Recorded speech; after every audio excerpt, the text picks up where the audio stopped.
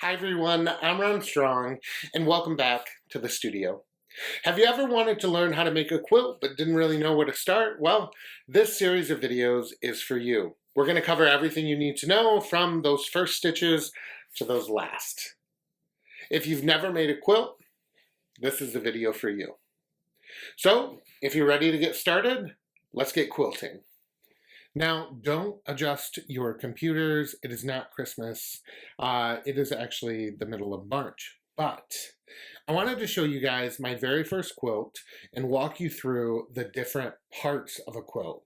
When we often think of a quilt, we just think of the finished blanket, but there's actually three parts. So this is my quilt. This is the very first quilt I ever made. Let me move some of the fabric out of the way here. This is my Christmas quilt. Now, I created it using fabric that I purchased at the store, and I had cut into strips. The strips were, I think, just random widths, and I had cut them not really thinking about straightness, we'll say. There was no forethought in this. I got an idea like I often do, and I wanted to create a quilt. So I did, and this was the very first thing that I made. So let's talk about the parts of a quilt. Well, you're always going to have your quilt top. Now, the top is the piece of the quilt that's most often pieced, right? It's the when we take larger sections of fabric and we cut them down into smaller pieces, we sew them together. That's called piecing.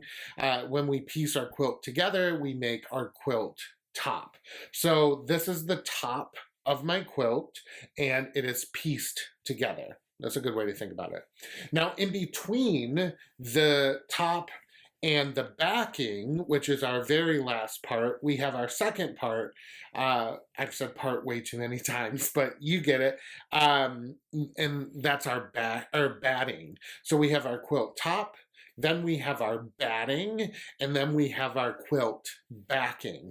Now, the backing is often made with panels of quilting fabric that are sewn together. If they're not sewn together, you can have an extra wide quilt backing, which is about 108 inches. So this is how I chose to make my very first quilt. And even then, I had no idea what a quilt top, what batting was, or a quilt backing was, but I was bound and determined to make a quilt for Christmas, and I did. And I'm extremely proud of this, and I keep it with me. Through all the moves I've had over the years, this has come with me. So pretty proud of it. So to make your quilt top, you're going to want to look for quilting cotton. Quilting cotton differs from regular cotton that you find at the craft store, the fabric store, in that quilting cotton has a little bit tighter of a weave, and it's just going to last longer. It also usually comes in really great colors, really great patterns, and there are so many choices when it comes to quilting cotton. You'll quickly find yourself probably addicted to buying fabric, and that's okay. We love fabric, we love yarn, we love all things crafty, and so we buy them. So we're going to be focusing for this particular quilt on pre-cuts. We're going to be using charm squares. Now, charm squares are 5-inch squares that come in packs of 42. Sometimes you'll be able to find packs that have up to 85. But for the most part, when it comes to standard charm squares, they're 5 inches. Why are they called charm squares? I don't know. I'm sure there's a funny reason, but today we're just going to focus on because they're charming. The other pre-cut that you'll often find are layer cakes. Layer cakes are 10-inch squares, so they're double the size of charm squares. Then you'll have fat quarters. Fat quarters are exactly what they sound like. They are a 1/4 yard a fabric. It's a half yard that's then cut in half. You have a small selvage along the edge that will measure 18 inches, 18 and a half inches, around there. And then your other length, which is 22 inches. So each fat quarter should measure about 18 by 22. Now, a fat quarter is going to be different than a quarter yard of fabric. A quarter yard of fabric is only going to be a quarter of a full cut of fabric. It won't be like this. Now,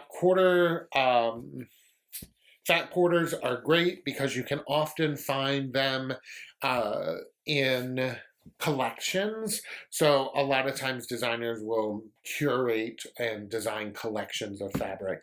And that's kind of what I have here.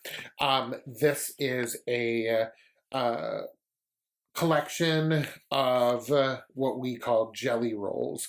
So jelly rolls, this one isn't rolled up. You can find them flat sometimes. Again, about 40 to 42 strips, give or take.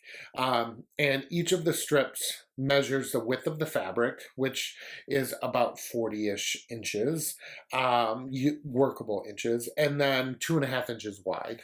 So whether you're going for jelly rolls or fat quarters, charm squares, layer cakes, the rule of them all is that they just make life easier.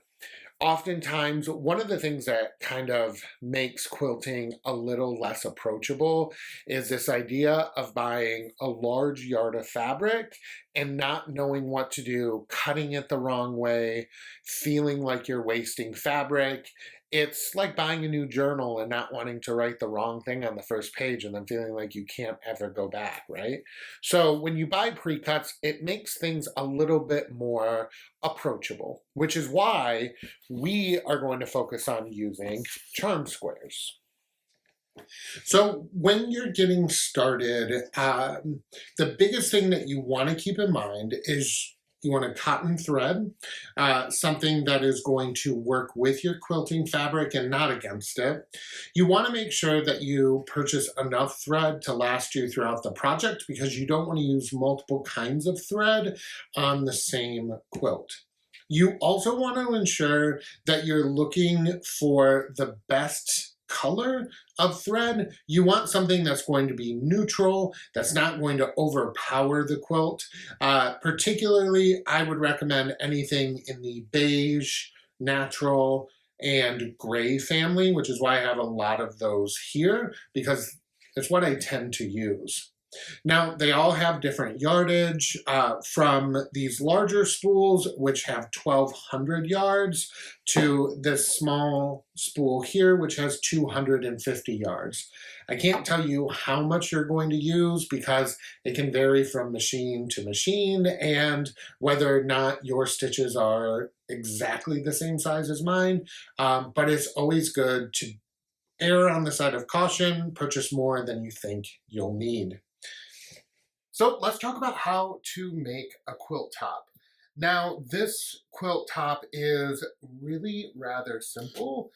We're essentially going to be sewing our different squares together. Now I got my machine here, as you can see. I'm gonna take my table off, so that way I have a little bit more working room to show you the design process. So because this is made up of charm squares, there's going to be infinite number of ways that you can put this together. It's really going to depend on your charm square, but it's also going to depend on the color story that you're going for. Now, I would recommend don't stress about it too much. Kind of keep it random. You can just throw all the squares into the air and see where they land and see if you like that. You could take pictures of each of the squares and put them in your phone and find an app that'll randomize a pattern. What I chose to do was take a look at the charm squares that I could find in my pack. And then I chose anchor squares. So I'm gonna move this up a little bit. Now I have a square here and a square here. These are distinct colors. These are my anchor squares. Then I chose a diagonal square that's 3 of the same color. Now, in your charm squares, you're most likely going to find in those packs 3 or 4 matching squares. This is a great opportunity if you have 4 to use 3 here and then use the single as an anchor square on another one. Now, what I did was 3 by 3. That gives me effectively a 9 patch, which is what is called in quilting. However, the way that our quilt is going to be laid out is 8 rows of 10. So what you'll want to do is you'll want to, if you want to use this method of kind of laying out groups of them as you go, you totally can. What I would recommend is laying out your entire quilt. Now, you could use a design wall. Most likely, if you're starting out quilting, you don't have a design wall, and that's okay. A design wall is essentially a piece of flannel fabric that you toss up on the wall, and it'll hold your fabric for you, and you can see it from a distance. When I started quilting, all I had was a table and a sewing machine. I didn't really have much. Didn't even have a rotary cutter at the time. So what I needed to do was just kind of go with it, which is what I'm kind of trying to say here. Just don't stress out about it too much. Don't put too much thought into it. Honestly, shuffle your charm squares up like a deck of cards and just sew them together. I think that that will help you to fall in love with the quilting and the piecing aspect. And the designing will come later, right? Right now, we're trying to learn. We're not trying to make the most beautiful quilt we've ever seen. We're trying to make a quilt top that's going to teach us the basics and the foundational steps. And in the end, we'll have something beautiful that we made because there's beauty in everything, right? So once you have your quilt all laid out and gorgeous and ready to go, you're going to have to do some cutting. So you're going to need a couple of tools. So I'm going to get my charm squares out of the way here. And we're going to talk about the basic cutting tools that you're going to need because there are some cutting requirements. So this is an Olfa self-healing cutting mat. This is my favorite one. I like it because it's dark and I can see the lines a lot better. I like cutting fabric on it a lot better. It's just personal preference. You want a rotary mat, one that's self-healing. In my opinion, they're the best. You can find them small. You can smaller than this, about half the size. You can find them as big as, you know, the whole table, whatever you decide. I like this size for simple projects, and it's easier to move around. You can find rotary cutters by Olfa as well. This is a great rotary cutter to use. I particularly like the Olfa brand, but there's a number of different brands. Friskers is another one. You choose what works for you, right? 45 millimeter, you're going to find 2 sizes. I believe they're 45 and 90, if I'm not mistaken. 45 is what you need. It'll cut through 4 or 5 layers of fabric. I don't recommend you start out doing that. If you're nervous about using a rotary cutter, you can find gloves that are specifically made to help you with using a rotary cutter. It's very important. Very, very, very, very important to take caution and care when using these. Now last, you're going to need a see-through ruler. This is again Olfa. Mine has some adhesive from some different projects I've done on it. It's an older one, but it's a goodie. I love this one. It's the perfect size, 6 inches, all the way by 12 inches. This is a standard size. This is what you're going to need. So those are kind of the basics. The pattern that we're following does recommend some pins, some wash away markers and things like that.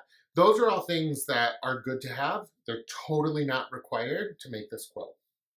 I just like to put that out there because some people feel like you need to spend so much time and so much money and such a large investment in the materials to get started, and that's absolutely not true. To get started quilting, you need a good sewing machine.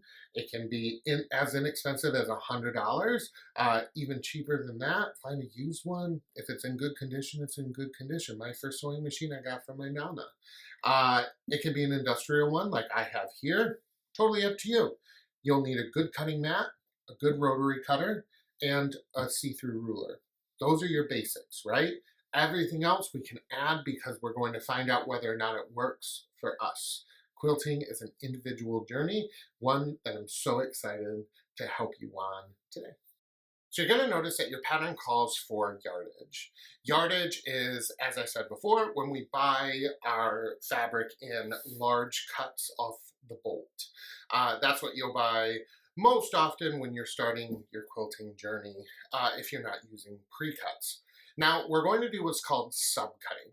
Subcutting is when we take one cut of fabric that we get from the craft shop and we cut it down to what we need. So for example, I have a piece of just plain dark gray fabric here. And you can see that it was cut off the bolt because it is just a large piece of fabric. On one end, you're going to find your selvage, and the other end, you'll find your selvage as well. Now the selvage end is going to be the width of your fabric. The length of your fabric is going to come with how much you ended up getting from the craft store. So this is a yard, right? So it's a yard by about 40 to 44 inches. It does vary a little bit, but for the most part, you can guarantee that the selvage edge is going to measure about 40-ish inches long. The other edge, which is also the stretchier end. So if you don't see a selvage, but you pull the fabric and it's a little more taut, that's your selvage edge. The other is going to be a little bit looser, for the most part. None of these rules are set in stone, but for the most part. So with this piece of fabric, what we need to do is get it ready for quilting. This goes back to the conversation of pre-washing versus not pre-washing. Totally up to you. Do your own research and figure out what works for you. You do need to iron it. You want your fabric to be flat and ready to cut. The reason you want it flat and ready to cut is because if it's wrinkled, it's not going to lay flat and it's not going to cut straight. The reason we want straight cuts is because if our quilt isn't cut straight, then it comes out a little bit wavy. Gotta show you. This is a great example. If you look closely, you will see that not all my strips are the same size. They're all a little wavy. They're all doing their own thing, going their own way. You can particularly see here, when I joined this together, there's a little lip of fabric. That's because there were a couple more strips that I had to cut in order to straighten it out. It was a lot of fun. That's sarcasm. But that's why we always iron our fabric. I didn't know that to begin with. It's good to keep in mind. Now, using your rotary cutter and your see-through ruler and things, I'm going to show you how to do a quick cut. The easiest way to do this is to either fold your fabric in half or fold it in fourths. That's what I like to do. It just seems a little bit more manageable that way. Now, I'm going to use my see-through ruler, and I want this strip to be 1.5 inches wide. You'll notice that most of the cuts are given 1.5 inches. That's because we use a 1/4 inch seam, and when you use a 1/2 inch, 1/4 of that half goes on one side of the sewing, and 1/4 of the half goes on the other side. I think I said that right. All right, so you'll line it up. You'll have some type of lines on your ruler. On mine, I have this kind of dash line here. I'm lining it up with the straight edge. I would always recommend, if you have an edge like this one that's frayed off a little bit, you can always come to the edge here, making sure that your fabric is as straight as possible on your cutting mat. Line your ruler up with the lines on your cutting mat because those are always going to be correct, right? Those aren't going to change. Your fabric might change. And then you can always trim one side to create a straight edge. Now, because I've already done that, I don't really have to do that. And I'm going to line up my fabric. Now I'm going to put all my hand, my entire hand, and I'm going to press down. Then I'm going to get my blade out. there's a safety feature. So I'm gonna get the blade out, and then I'm going to push down while moving forward. All right? I'm being slow, and I'm doing this carefully. Don't rush. Put the safety back on, set it down, and then you can pull your fabric away. Now, I have a strip here that is exactly 1.5 inches wide by the width of the fabric, which is about 40 inches. And that is exactly what I want. So once you have your charm squares laid out in the design that you want and you follow the directions about keeping them all organized and going that route, and you have cut all of your yardage into the strips that we'll need later on, the next is to get our machine ready. So you're going to want to follow the manufacturer directions for your machine. Every machine is different. I can't show you how to thread your machine or how to wind your bobbin because mine is going to be different than what you have at home. It's important to look online. You can always search YouTube to find more information about your particular machine, whether it be old or new. You can always look up the owner's manuals, will usually be posted online by now. All of that information is out there. You can also go to your local quilt shops and ask for help. See if anyone there can help you get your machine ready and kind of show you what you need to do. Machine basics are incredibly important. I know my local craft shop has an entire class called Understanding Your Sewing Machine. They walk you through step by step what your sewing machine can do, what it can't do, and what it's going to serve you best doing. Now, when it comes to quilting, the most important thing is our 1/4-inch seam. A 1/4-inch seam is the seam that we will use consistently throughout our entire project. Almost every single quilting pattern has a 1/4-inch seam. So it's important that we learn how to do it and we learn how to do it correctly.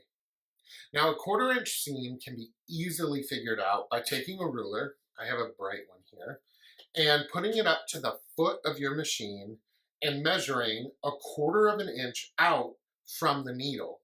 To do that, I recommend pulling up your presser foot and taking your needle down just until it's through the hole. Then you can line the edge of your ruler up and you can see where the 1/4 inch is going to lie. Now, at this point, you can just use that as a visual cue. You can place tape on your machine so you always know where the 1/4 inch, or your machine may be like mine and have a measuring plate in it that tells you exactly where that 1/4 inch seam is. Now, that's not always exact, keep that in mind, but mine happens to be, and that's what I follow. There also are presser foots that you can get for your specific machine that for the most part will get you to that 1/4 inch. Now a presser foot, I think I jumped ahead a little bit, but a presser foot is what we call this guy here. It's the actual foot that's on your sewing machine. It's called a presser foot because it presses the fabric down and together. So you have two kind of types of feeding mechanisms for your fabric. You have your presser foot and you have your feed dogs. Your feed dogs are underneath, and that's what pulls your fabric in, and then you have your presser foot up there. All right, so let's talk about how to piece our top together. First things first, you're going to lay your fabric out. Now I'm going to be doing a very small portion compared to what you're doing. So you're going to lay out 10 rows of 8 squares. I'm going to do 3 by 3 because that's going to be a little bit easier for me to handle and to be able to walk you through. Now, I'm just, like I said, doing this random. I'm not matching anything up. You can definitely use the technique I showed you earlier, but it's by no means required. Okay? So there's my 3 by 3 outline all ready to go. You want to make sure you number each row just for visual sake. It's not super important, but it is a great way to ensure that you know the squares are going to be in the row that you've set up, right? So to do that, you can just lift up your squares and work either from right to left or left to right, doesn't matter as long as you do it consistently. And you're going to move them over. So I'm going to go from right to left, and I'm just piling them up. So now I know that these 3 rows are exactly how I want them, and if I sew them in this order, then I will be set.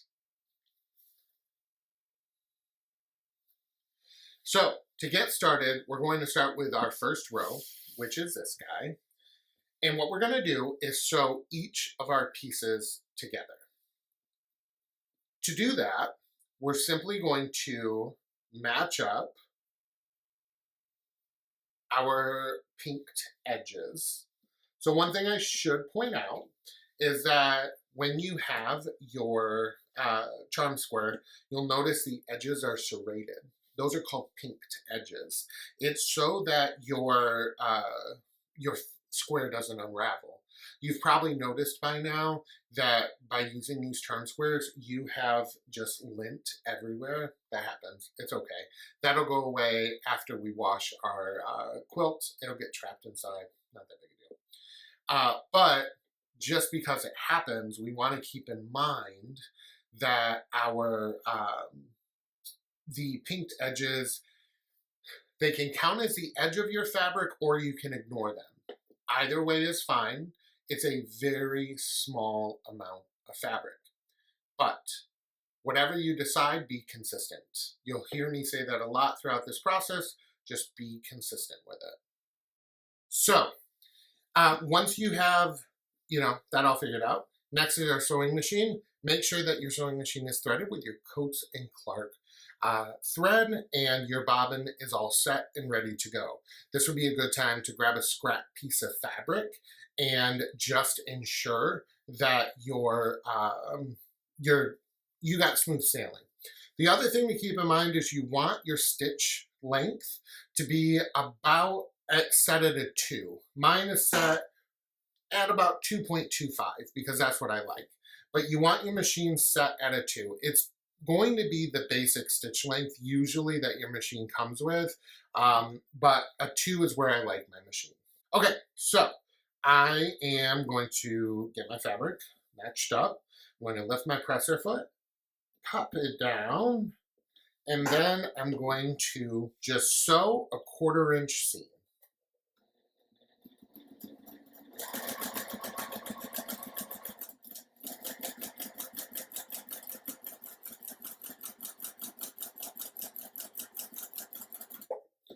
And that's it. Now I'm going to cut my thread, lift my presser foot, and pull it out.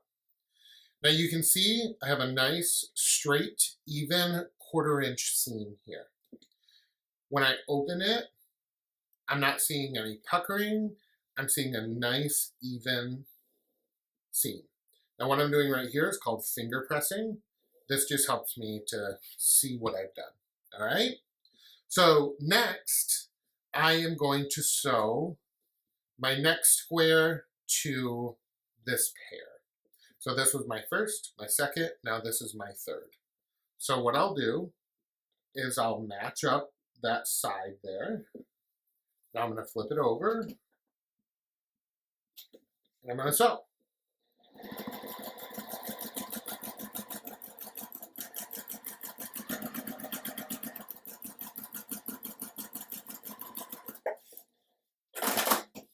Now, I did that again. If you look super closely, you can see that my charm square did shift a little bit, and it's not totally straight. That's okay. That's fine. We're not going to worry about that. We're going to worry about making sure that this 1/4 inch seam is it's as good as we can get it without stressing over it being perfect, right? Does that make sense? So I have my very first row done. Now, when we're looking at the back and we're seeing our seams, often when we're pressing, which is ironing, our seams are either going to go to the left or to the right. There is a debate about open seams. We're not going to worry about that right now. Each row should be pressed in the opposite direction. So row 1, I'm pressing everything. If I'm looking at it the way I want to look at it, I'm pressing everything to the left. Row 2, to the right, row 3 to the left. You want to set it like that because we want to nest our seams. Now, I am not a ironer while I'm piecing kind of person. I just don't have the room for it. So what I use is this little handy dandy tool from Clover. This is a seam roller. That's it.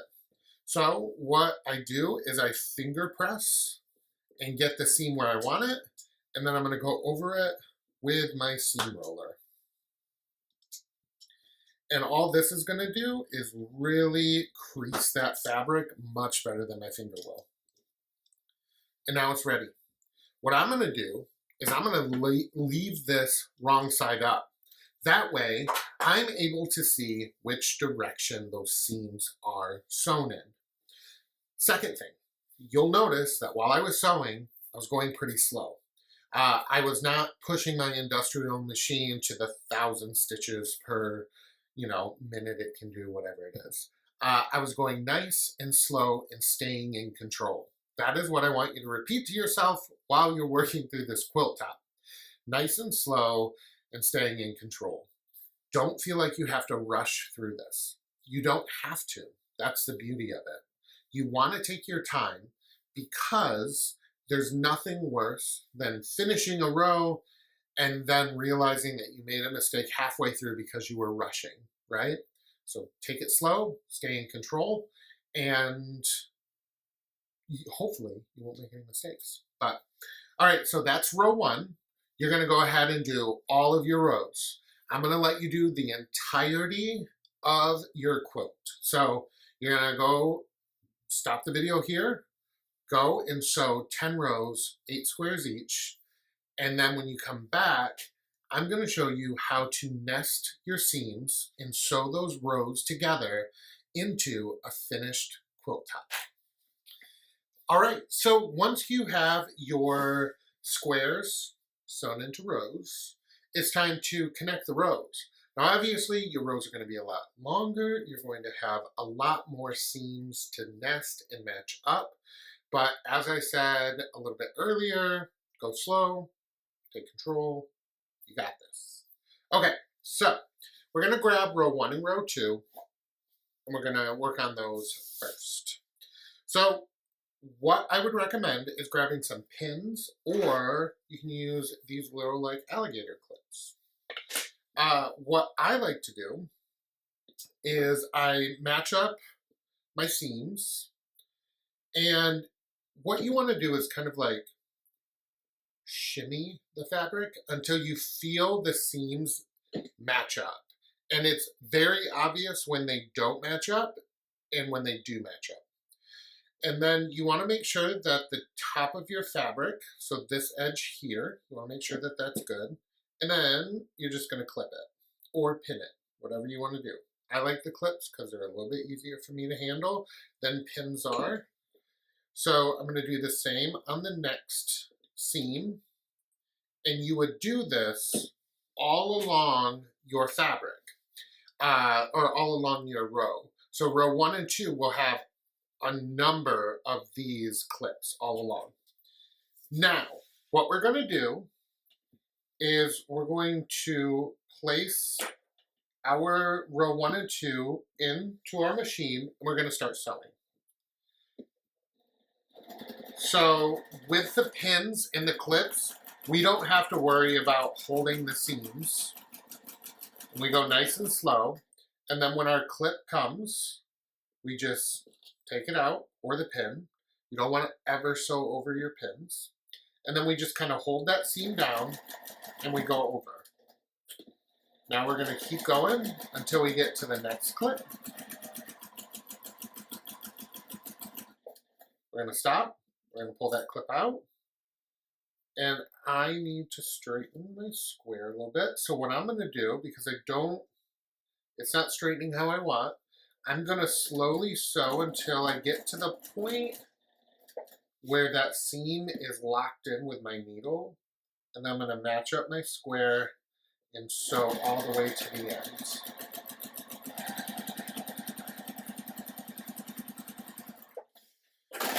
And that's it. You can see that I have my seam all the way across. And when I open it, we're sewn together. Now again, you're going to have longer rows, but the concept is exactly the same. Now I'm going to grab my next row here. I'm going to nest those seams, and I can usually feel it right away. And then I'm going to clip them. Same thing there on the second one. And again, you would repeat this process with every single row. Now, I'm going to go ahead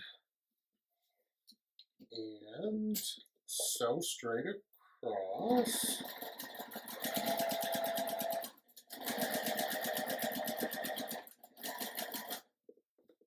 Remove my clip.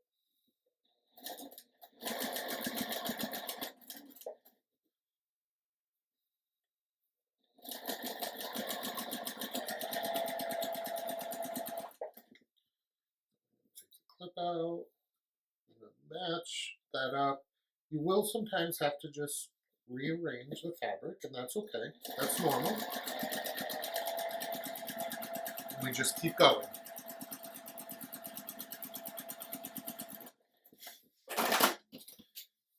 And that, friends, is how you will sew your rows together. Not too hard, is it? Next, let's talk about our borders. So, this is one of our borders, right? So we had 3 borders. Here are my 3 borders. We have a 3.5 inch, 1.5 inch, 2.5 inch. And the pattern gives the exact number of each that you'll need. Now, after we've cut these out, we have strips that measure the width of our strip by about 42 to 44 inches. We're going to need to do 2 things. First, we need to cut these selvages off. We never want to sew the selvage. We want to get rid of those. You can do that one of 2 ways. You can grab your cutting mat and do that when you trim your strips, or you can do what I'm going to do, which is just match them up and cut. That's simple. So once you have all of your selvages cut off your strips, you're going to sew those strips together end to end. So all of your strips are going to sew together. You're going to do what we did when we sewed our quilt top. So again, mine is mini, so my measurements are going to be off. You'll follow the measurements that are written in the pattern. That's what you want to do, but you're going to sew these together. That's going to create a very, very long strip, one that obviously you don't want to sew with because it's going to measure over 100 inches in length. What you'll do then is subcut. Now, if you remember before, subcutting is when we cut one length down to multiple lengths. Once you have all your pieces sewn together, you'll subcut those into the measurements given in the pattern. So the 1.5 inch strips will cut down to 40 and 47 inches. What that's going to do is give you the width and the length that you need to sew the borders onto your piece. Now, they're going to be a little bit longer, which is what you want because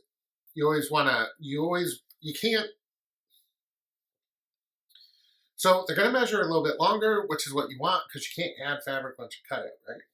So all you'll do to sew your borders on is you're going to start with your 1.5 inch borders, and you'll lay the right side on the right side of your fabric.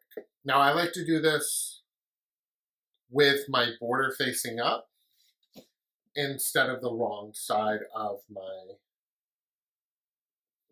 quilt top. It's just easier that way. And when you're done, you'll have this beautiful seam. And then when we open it up, we have this gorgeousness here. I love this. So then what we would do is we would grab our outer border, which is our 3.5 inch border. The 2.5 inches for our binding, which we'll talk about in another class. So Once we have that, what we would do, I haven't trimmed the selvage off this yet, but that's okay, is we would sew this to the edge of that first border. We would press all the way around. And then when we open it, we would wind up with something like this. How cool does that look? Well, that's it for this part 1 of Learn to Make a Basic Quilt with Squares. We did a lot, and we learned a lot. And that always comes with its own set of challenges. But we always meet those challenges. And today, I think we did that. If you still have questions, don't be afraid to go back and rewatch this video as many times as you need and follow it step by step. You can also read the blog post, which has handy tips and tricks to work your way through this pattern. So I hope you had a good time. Thanks for coming to the studio. My name is Rohn Strong. Happy quilting, and we'll see you next time.